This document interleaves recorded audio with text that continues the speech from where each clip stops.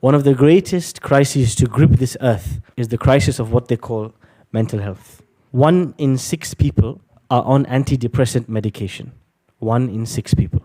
1 in 6 young girls between the ages of 11 to 16 are practicing some form of self-harm. 1 in 3 elderly people above the age of 60, at least in this country, are facing a level of loneliness that makes them feel sick. We've all heard the terms depression, anxiety, suicidal thoughts. How on earth did we get to a point where every family, everybody here knows somebody that is struggling mentally, that's feeling sick to their core, and they don't know the way out? The greatest mistake that was made by the psychologists and the people studying the human mind is that in about the 18th century, they decided there was no soul in the human being. The human being is just blood, flesh, and bones. When you remove the soul from the human being, and you do not acknowledge the fact that Allah created the human being with this part, this central essence, what happens? You're feeling sad. Sadness is just hormones in your head. So if you want to treat your sadness, let me give you some tablets. We'll fix the chemicals. Sadness is chemicals. Anger is chemicals. It's all just a bunch of chemicals and hormones. And so the treatment becomes the same. What happens then? You have a whole race of people, tens and thousands of people, hooked on medication, hooked on therapy, never-ending issues, tortured mentally, and they think that the solution is to continue in this system that is rigged.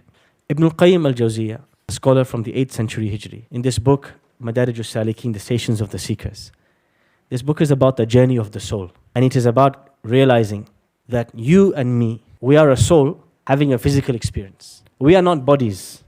Our bodies don't belong to us. There will come a day when we will be removed from our bodies because we are the soul. That's who I really am. Before this world was created, before this universe came into existence, there was alamul arwah, the world of the souls. You did not have blood, you did not have flesh, you did not have eyes, you did not have ears, you did not have clothes, you did not have a job, you did not have a family. You only had one thing, you were a soul. And in this world, the universe of souls, there was nothing physical, only the souls. Allah subhanahu wa ta'ala asked the souls, قَالَ أَلَسْتُ بِرَبِّكُمْ, am I not your Lord? قَالُوا بَلَا شَهِدْنَا, they say, yes, absolutely, of course you are our Lord. This is where the journey really began. Our journey began when we were really born. Not born into this world, we were born as souls in the universe of souls, the realm of souls, before the heavens and the earth and all of this creation came into existence. That's where the journey began. And the journey will end when your soul will be taken out of your body and resurrected in front of Allah. The journey is the journey of a soul. The body is just one pit stop. 60 years on the journey, you have a body. After that, it's gone. The real journey is the journey of the soul. This book, Madarij Al-Salikin, Bayna Manazili Iyaka Na'budu wa Iyaka Nasta'in, its central thesis, its introduction is the idea that Surah Al-Fatiha, Surah Al-Fatiha, the surah we recite every day, has the cure for all our problems. That is the argument that Ibn Qayyim makes. He says, you've got physical problems, you've got mental issues, you've got family issues, it doesn't matter. Surah Al-Fatiha contains the cure. Believe it or not. If only you understood it well, and if only you were able to implement it in depth. How on earth is 7 verses going to fix the problems of humanity? You might ask and you might wonder.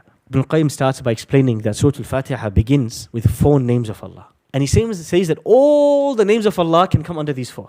Who can tell me the 4 names of Allah in Surah Al-Fatiha? So Allah, Ar-Rabb, Ar-Rahman, Al-Malik, or Al-Malik. These 4 names is a summary of who Allah is. And if you deeply internalize this in your life, these 4 names, it will erase and remove the vast majority of your issues in life. The first name, Allah, makes us realize that the only one we should be turning to and worshipping and devoting our time and attention to and looking to please is not people, it's not career progression, it's not this, it's not that, it's not money. It is the one who created and fashioned us and the one who will return to. Allah's name, Ar-Rahman, gives meaning to every difficulty you ever face in your life. Because you realize the one who put you in the difficulty, the one who gave you cancer, the one who gave you financial issue, the one who made you lose sleep, he loves you more than your mother loves you. It completely changes the meaning of the difficulty that you went through. Rabb reminds you that just as a farmer plants a seed and pours water on the seed, and the sunlight and the greenhouse nurtures the seed so that it grows to its full potential, Allah, every moment of your life, was looking after you and watching your back. Al-Malik or Al-Malik reminds you that no matter what you possess in this world, it doesn't belong to you, it belongs to Allah. These four names of Allah, if one truly internalizes them, Ibn Qayyim says, this will rid you and remove from you the vast majority of pain you feel in your life. The fact that you still feel the level of pain that you feel means you haven't internalized them yet. Go back to them and revisit them again. He then says, إِيَّاكَ نَعْبُدُ and إِيَّاكَ نَسْتَعِينُ. It is only you we worship and only you we ask for help. That this line summarizes the entire Qur'an. And this line is the statement that every prophet was sent to bring people towards and call them towards. He says that إِيَّاكَ نَعْبُدُ and إِيَّاكَ نَسْتَعِينُ removes all spiritual illnesses from your heart. Whether it's arrogance, whether it's envy, whether it's anger, whether it's ego. He said everything can be removed by internalizing إِيَّاكَ نَعْبُدُ وَإِيَّاكَ نَسْتَعِينُ. How is that possible? He says, half of all the spiritual diseases that you can imagine, all the amrad al-qulub that you can imagine, can be removed by إِيَّاكَ نَعْبُدُ, by realizing it is only Allah that I worship, I devote my time to, I devote my attention to. Only He can reward me, only He can give me, only He can take from me. Because the vast majority of people put their trust and their hopes and their anger and their investment in people, in outcomes, in wealth, in things. But إِيَّاكَ نَعْبُدُ means you're fully invested only in Allah and you're expecting everything only from Him and you see nothing but His actions, nothing else. إِيَّاكَ نَعْبُدُ removes from you the most dangerous of all diseases of the heart. Who can tell me what is the most dangerous, the most lethal of all the diseases of the heart? Ar-riya is the desire to be seen by people instead of being seen by Allah. For me to stand up and pray, but to pray because I want Fulan to watch me pray. For me to give sadaqah because Fulan is watching me. For me to be addicted to the eyes of the people. This is the greatest of all diseases because this takes you.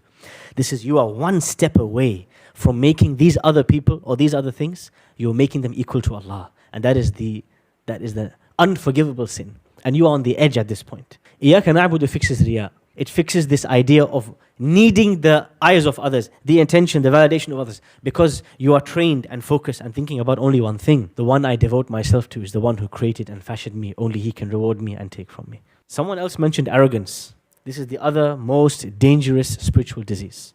Ibn Qayyim says there's the two most dangerous diseases is the desire to be seen by people and arrogance and pride. إِيَّاكَ نَسْتَعِينُ rids you of arrogance and pride because you realize and you internalize no matter what happens, I'm dependent upon Allah. From the day that my nappies were being changed and I could not even do that myself, to the day I am old and I will need help to walk, I will always remain dependent in between. And that is what إِيَّاكَ نَعْبُدُ, إِيَّاكَ نَسْتَعِينُ means. Oh Allah, I will always need you, no matter who I am, where I am, or what I am. I'm always and constantly in need of you. And Ibn Qayyim says, if you only internalize this, and if you only understood this, you would stop venting to people. يَسْتَخْفُونَ مِنَ النَّاسِ وَلَا يَسْتَخْفُونَ مِنَ اللَّهِ. They fear people and they don't fear Allah. إِنَّمَا أَشْكُو بَثِّي وَحُزْنِي إِلَى اللَّهِ. I only vent and complain of my distress to Allah. He says, if you look back at the prophets before you, you will realize their strength did not come from bodybuilding. Their strength came from, I'll only complain to Allah. I only turn to Allah. I know I only need Allah. From the dua that Musa makes when he arrives in Madian. Who remembers the dua Musa makes when he comes in Madian, alayhi salam? رَبِّ إِنِّي لِمَا أَنزَلْتَ إِلَيَّ مِنْ خَيْرٍ فَقِيرٍ. Oh Allah, I need you. Just whatever you give me, I need you. That's إِيَّاكَ نَسْتَعِينُ. What does Ibrahim alayhi salam say when he's inside the fire? حَسْبِيَ اللَّهُ وَنِعْمَ الْوَكِيلُ. That's إِيَّاكَ نَسْتَعِينُ. Allah, I need you. I'm stuck. Where will I go? What does Yusuf alayhi salam say in the well? And Yunus alayhi salam say in the whale? لا إله إلا أنت سبحانك إني كنت من الظالمين. لا إله إلا أنت إياك نعبد سبحانك إني كنت من الظالمين إياك نستعين. You will see the same formula repeated again and again and again. It is the acknowledgement that I have no objective, no interest in nothing, in nobody except Allah, and that I need Him, I depend on Him, I'm helpless without Him. And if you really digested this, your whole life would change. Ibn Qayyim then mentions something interesting. He says the real journey, the real path, is the path of the soul. From the day Allah created the soul and announced, am I not your Lord, until the day the soul will return to Allah. The real journey is the journey of the soul. However, the journey of the soul can feel very lonely because the vast majority of people are not living the life of the soul, they are living the life of the body. The vast majority of people are eating, sleeping, reproducing, akramakumullah, defecating. That's their life, the life of animals. It's a physical life. It's all about the body. There's no acknowledgement, no approach, no attempt to fulfill anything greater, anything deeper than that. Ibn Qayyim rahimahullah, when he talks about this, he says, the vast majority of people are living the life of animals. And so sometimes when you're trying to feed the soul, you feel very lonely.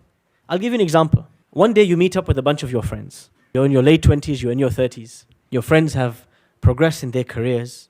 One's talking about buying a house, the other one's talking about cryptocurrency, third one's talking about the football match they watched last week, the fourth one's talking about the movie that they want to watch on the weekend. Everyone is obsessed with some worldly desire they want to fulfill, or some kind of progression they've been sold is a kind of progression, and you're sat there thinking, I don't have a house, I don't have a car, I haven't progressed materially, I don't have a fancy this or a fancy that.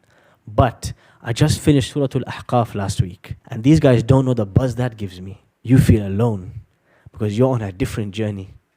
You are on a very different journey, the journey of the soul. And this is why Ibn Qayyim says, when Allah says, اهدنا الصراط المستقيم, oh Allah, guide us to this journey of the soul. Guide us not to be obsessed with the material world and the body, but guide us to the journey of the soul.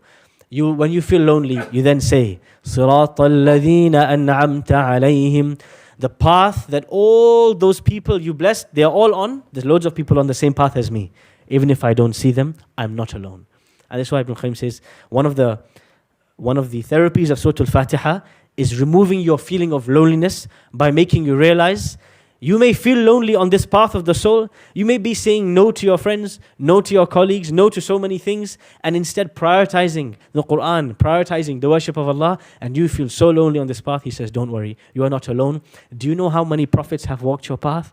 Do you know how many righteous people have walked your path? They too felt alone, but they were with Allah, and so He rid them of their loneliness. The first station on this journey to Allah is what Ibn Qayyim calls the spiritual awakening, the awakening, al-yaqadha. Many of us have experienced this feeling before. Those of us who converted to Islam, your first year post-conversion, and those of us who discovered Islam after being brought up culturally or being distant from Allah, not knowing anything about this religion, there is a moment in which you feel, today I am alive, I just realized why I'm here on this earth. This moment, this exact precise moment, Ibn Qayyim calls al-yaqadha. This is the true awakening. You know what that means?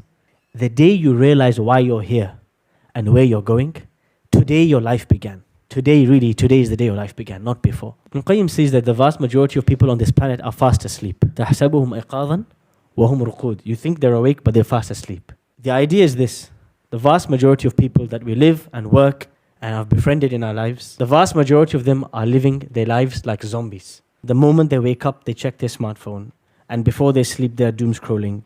But despite all that information and all those videos and all those maybe even reminders that they're watching and Qur'an they're listening to, they feel empty inside. It's people who use distraction as a coping tool. Whenever they feel something, anything, fear, sad, love, loneliness, whatever they feel, they use distraction of some kind. Many of us can relate to some of these feelings. Some of us realize that we are one of those dead people inside. We are spiritually dead. And now the question is, how do you wake up if you are spiritually asleep? Many people, they have this question when my iman is low, I feel like my iman is lacking, something is off. How do I refresh my iman? You can answer both questions by understanding this point. How do you, somebody who is heedless of Allah, distant from Allah, constantly distracted, overstimulated, empty inside, the salah has nothing, how do you awaken this person? To wake up the heart of a human being, you have to have two things. You have to have two realizations. If you don't have these two realizations, you will forever remain in the darkness of distraction and emptiness and sadness, melancholy, and you will be on drugs and you will be in prison and you will be tortured in this life until two things make you realize you have to wake up. The first is realizing the blessings of Allah subhanahu wa ta'ala. Allah deserves my praise. He deserves my attention. He deserves my worship. What He has given me, I can never count. I put my hand on my chest and I feel my heart beating and the blood pumping through my veins. I could not count the number of blood cells He created in me. How can I ignore Him? كَيْفَ تَكْفُرُونَ بِاللَّهِ وَكُنْتُمْ أَمْوَاتًا فَأَحْيَاكُمْ. How could you turn away from Allah and you are dead and He raised you to life? قُلْ أَفِي اللَّهِ شَكٌّ فَاطِرُ السَّمَاوَاتِ وَالْأَرْضِ فَالِقُ الْحَبِّ وَالنَّوَىٰ Allah, how He describes Himself, His blessings, His in'am, His beauty, the beauty of what He gave us. If we don't realize how indebted we are to Allah, you will forever remain sleeping in the depths of distraction and emptiness. That's why Al-Fatiha begins with Alhamd. Now, if you have realized the blessings of Allah, that's just the first step. There's a second step, is you have to realize how many shortcomings you have and how far you are from fulfilling and being thankful and being grateful to Allah. And so the second part of waking up, once we have realized how much Allah has done for us, is feeling al-haya'u min Allah, feeling ashamed, feeling the shortcoming. And if you want to understand what does it mean to feel ashamed in front of Allah, you have to see and reflect on this moment.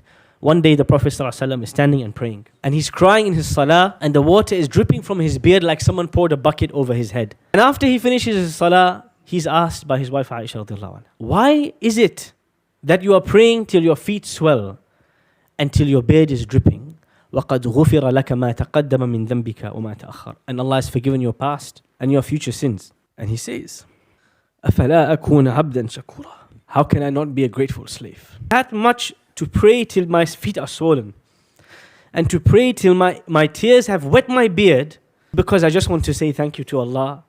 And I know even after I say thank you, I have still fallen short in front of Him. To feel shame from Allah is the same feeling that Nuh alayhi salam felt when his son drowned and he stood there asking Allah, قَالَ رَبِّ إِنَّ بَنِي مِنْ أَهْلِي وَإِنَّ وَعْدَكَ الْحَقِّ. Oh Allah, my son is from my family and your promise is true. He was so shy, he couldn't even ask Allah to save his son or to forgive him. To feel shy in front of Allah is what Allah describes in the Qur'an when He says, وَالَّذِينَ يُؤْتُونَ مَا آتَوا وَقُلُوبُهُمْ وَجِلَةٌ أَنَّهُمْ إِلَىٰ رَبِّهِمْ رَاجِعُونَ. People who worship Allah, but when they put forward their worship to Allah, they are trembling. We don't know, will Allah accept it from me?